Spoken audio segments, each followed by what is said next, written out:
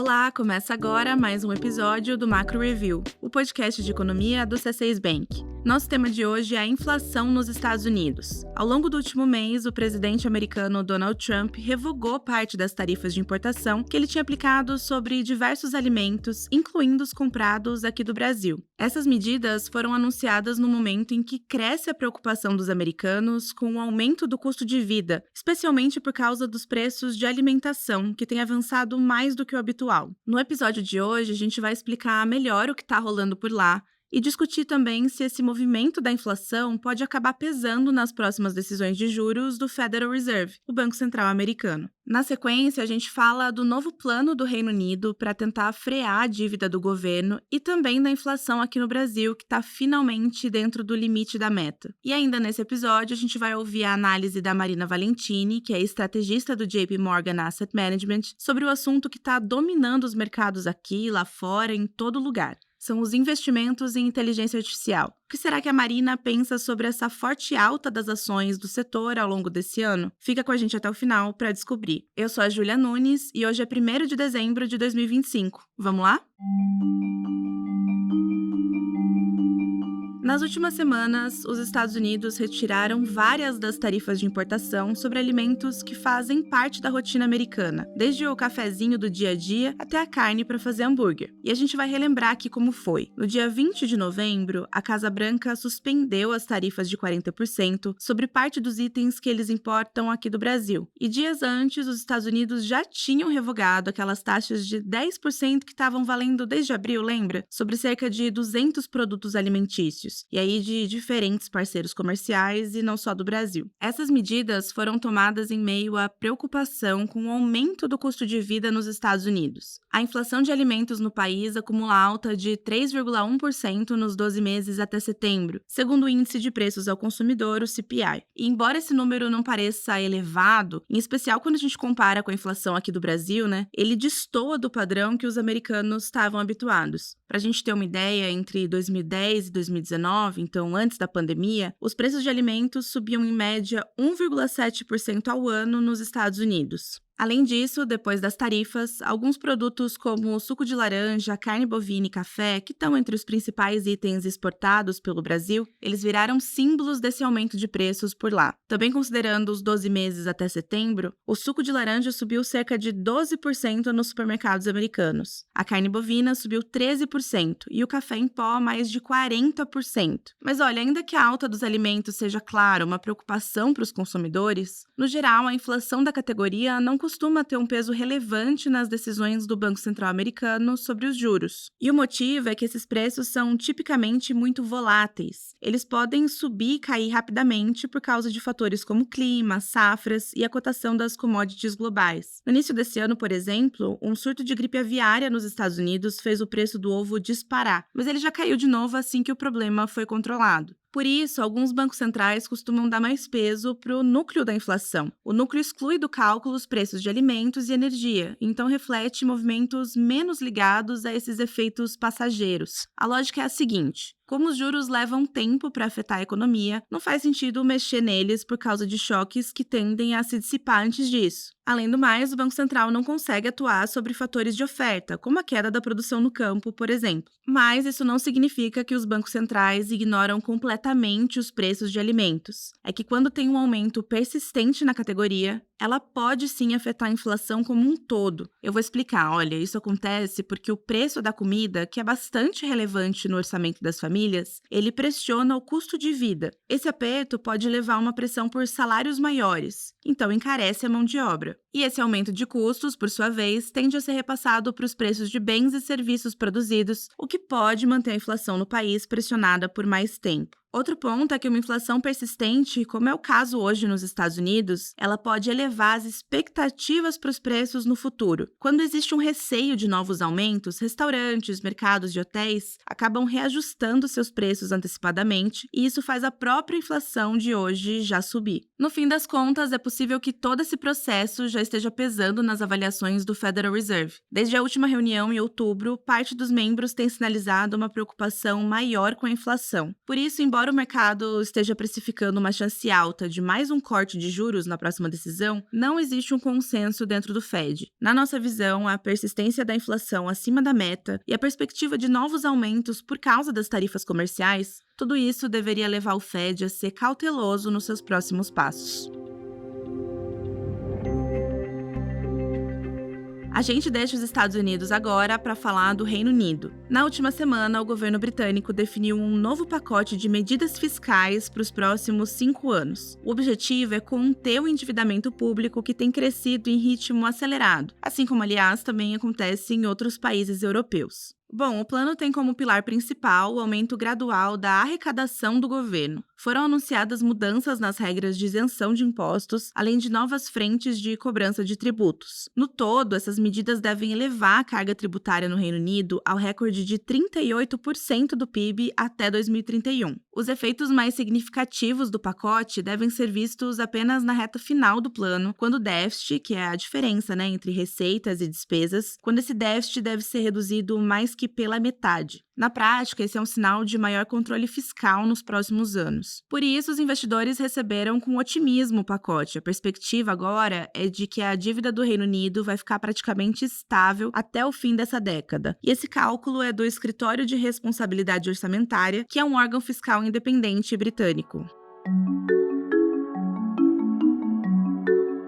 Aqui no Brasil, os números do IPCA 15 reforçaram que os preços estão sim numa trajetória mais favorável. Nos 12 meses até novembro, a prévia da inflação ficou em 4,5%, então dentro do intervalo de tolerância da meta. Para se ter ideia, desde fevereiro a inflação estava acima desse teto. Pela regra da meta de inflação, toda vez que o limite é superado por 6 meses consecutivos, o presidente do Banco Central precisa enviar uma carta ao Ministério da Fazenda explicando os motivos para o descumprimento da meta. Foi o que aconteceu lá em agosto desse ano, mas não deve acontecer no início de 2026, justamente porque a inflação esfriou nos últimos meses. A melhora recente dos preços é fruto da combinação entre a queda do dólar e dos preços de commodities. Essa combinação apareceu, por exemplo, nos preços dos combustíveis. Em novembro, a gasolina recuou quase 0,5%, ajudando a puxar o índice geral para baixo. Por outro lado, existem ainda fatores limitando a melhora da inflação. Os preços de serviços, que têm peso relevante no IPCA, eles registram alta de 6,2% em 12 meses, então um patamar muito elevado. Enquanto o mercado de trabalho continuar aquecido, o custo de mão de obra e a inflação de serviços devem continuar sob pressão. E a nossa expectativa é que o desemprego continue baixo no ano que vem. Na nossa visão, a inflação brasileira pode voltar a acelerar por causa dos preços elevados dos serviços e pela possível valorização do dólar nos próximos meses. A gente acredita que o IPCA vai terminar 2026 em 5%, voltando a superar o limite da meta. No nosso último episódio, a gente falou sobre todos esses fatores que estão jogando a favor da inflação agora e que podem jogar contra os preços no ano que vem, e avaliamos também como fica a Selic diante desse quadro. Então vale a pena voltar aqui na nossa lista e ouvir. A gente parte agora para o nosso quadro Mercados Globais, o espaço em que a Marina Valentini, do JP Morgan Asset Management, traz um panorama do que tem movimentado os mercados lá fora. E o tema de hoje é um dos mais comentados do momento. Será que essa alta das ações de empresas ligadas à inteligência artificial tem fundamento mesmo, ou é só entusiasmo dos investidores, aquela clássica bolha? Vamos ouvir a análise da Marina sobre isso. Hoje eu queria falar sobre a pergunta do mês para os mercados em novembro, que foi: será que estamos vivendo uma bolha de inteligência artificial? Essa foi uma pergunta que ganhou muita força agora no último mês, principalmente depois de uma queda de 5% nas ações do setor de tecnologia do S&P 500 no último mês, agora em novembro. Eu acho que é uma pergunta que o investidor precisa pensar com cuidado, já que quase 40% do valor de mercado do índice S&P 500, que são as 500 maiores empresas dos Estados Unidos, é diretamente impactado pela inteligência artificial. E o momento de agora é de apostas muito altas, temos os valuations de muitas empresas super altos e também muita incerteza sobre quem serão os grandes vencedores dessa corrida longa de inteligência artificial. Mas achamos que o cenário de hoje lembra menos uma bolha e mais o início de uma grande transição estrutural que vai ser bem turbulenta, não vai ser sempre uma linha reta. E se a gente olhar para a história, tivemos muitas inovações, eletricidade, carros, internet, várias revoluções tecnológicas que sempre trouxeram ciclos de investimento forte, mas os lucros e os ganhos de produtividade acabaram aparecendo, né, depois, nem sempre no ritmo que o mercado esperava. E às vezes o mercado se empolga demais, mas por enquanto não estamos vendo sinais claros de uma euforia exagerada com inteligência artificial. Esses movimentos do último mês para o setor de tecnologia parece ser mais um momento de indigestão do mercado depois de 7 meses de alta desenfreada para muitas ações que estão relacionadas com inteligência artificial, e é saudável ter um momento de consolidação no mercado. Hoje, as hyperscalers, que são as empresas que desenvolvem computação na nuvem, e as Sete Magníficas, essas gigantes de tecnologia, não só estão construindo toda essa infraestrutura de inteligência artificial que é preciso, eles também controlam a rede, desenvolvem as camadas de software e dominam a distribuição também de toda essa tecnologia. Então, a transição de AI hoje parece ser bem diferente da bolha.com do passado e de outras bolhas. Pensando nisso, agora na segunda parte da análise, a Marina separou vários argumentos que mostram por que parte do mercado vê esse movimento da inteligência artificial como um boom e não como uma bolha. Olha só. São 5 pontos principais. Primeiro, os lucros estão acompanhando o entusiasmo, esse aumento nos preços das empresas. Desde o lançamento do ChatGPT em 2022, o setor de tecnologia subiu 160%, e foi principalmente impulsionado pelo crescimento dos lucros. 60% desse retorno veio do crescimento do lucro. Isso é diferente da bolha da internet.com, onde os preços se descolaram realmente dos resultados, mas hoje os ganhos justificam as altas. Então, se a gente pensar nas 7 magníficas, Apple, Microsoft, Google, as 7 grandes empresas, elas cresceram 190% desde o fim de 2022, e só no ano passado o lucro delas cresceu 40%, ou seja, o lucro está acompanhando o crescimento. E o segundo ponto aqui, o investimento, sim, está muito forte, muito pesado, mas está vindo com resultados. Os hyperscalers já investiram quase 60 bilhões de dólares em inteligência artificial. Esse número só aumenta, as projeções de investimento para o ano que vem e para 2027 subiram mais de 100 bilhões de dólares depois dos últimos balanços, e mesmo assim ainda não é suficiente para atender toda a demanda. E a gente vê esse resultado já nos últimos earnings do terceiro trimestre, na última resultado de lucro. O segmento de nuvem dessas empresas de computação na nuvem, por exemplo, cresceu 27% ao ano. Ponto número 3, temos valuations mais saudáveis comparados com a bolha.com. Hoje, as 7 magníficas negociam a 32 vezes preço por lucro, e o setor de tecnologia a 28,7 vezes, em torno de. Mas em 2000, no auge da bolha, esse múltiplo era 70 vezes. Então ainda parece que estamos longe daquele valuation muito excessivo. Ponto número 4, estamos vendo sim uma adoção acelerada dessa tecnologia. O ChatGPT já tem mais de 700 milhões de usuários ativos por mês. Metade do novo código da empresa, da Google, já é gerado por inteligência artificial. E, segundo uma fonte importante do governo dos Estados Unidos, o Census, a enquete Census, 10% das empresas já usam IA para produzir bens e serviços. E o ponto número 5, sim, essas empresas estão se alavancando, mas parece estar sob controle por agora. O financiamento desses investimentos é muitas vezes feito com caixa própria, não com muita mais dívida. O fluxo de caixa livre das hyperscalers segue forte, e no momento a demanda dos investidores para comprar as dívidas que foram saindo. Por exemplo, a emissão de títulos da Oracle ligada à inteligência artificial teve uma demanda 5 vezes maior do que o valor ofertado. Mas nem tudo são flores, tem sim riscos importantes no radar, tem muitos investimentos circular entre elas, tem muita concorrência, né? A disputa está só começando, por exemplo, entre linguagens de modelos como OpenAI versus Gemini do Google. Tem várias restrições, como falta de energia, gargalos na cadeia de produção de IA. E, claro, outros impactos, como talvez algumas empresas menores estão se alavancando demais, então não é um momento livre de risco. Então, a seleção e equilíbrio são muito importantes, ampliar a exposição ao longo da cadeia de valor de inteligência artificial e até fora dela. Tem que equilibrar essa exposição a setor de tecnologia com outros setores de valor, como o setor financeiro, por exemplo, que teve um maior aumento de lucros no último trimestre, terceiro trimestre, tem um cenário macro resiliente, uma curva de juros mais inclinada, isso pode ajudar o setor financeiro, então tem que diversificar além de IA. Não achamos que é uma bolha, o mercado está animado, mas tem riscos, então equilíbrio, diversificação entre vários ativos e várias regiões é muito importante.